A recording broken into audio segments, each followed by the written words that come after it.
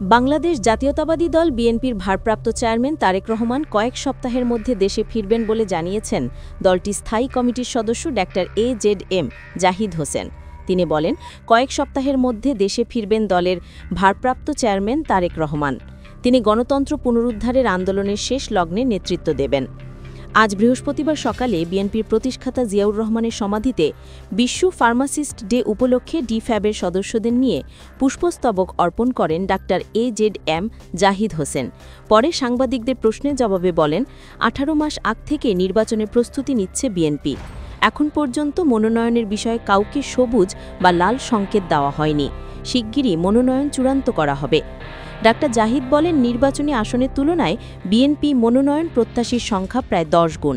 স্থানীয় জনগণের কাছে জনপ্রিয়তা ও বিভিন্ন জরিপের ভিত্তিতেই মনোনয়ন দেওয়া হবে। নিউ ইয়র্কে রাজনৈতিক নেতাদের ওপর হামলা আওয়ামী লীগের প্রতিহিংসার রাজনীতির বহিঃপ্রকাশ বলেও মন্তব্য করেন তিনি। OBC টেলিভিশন নিউজ টাইম, সত্য প্রকাশে অঙ্গীকারবদ্ধ।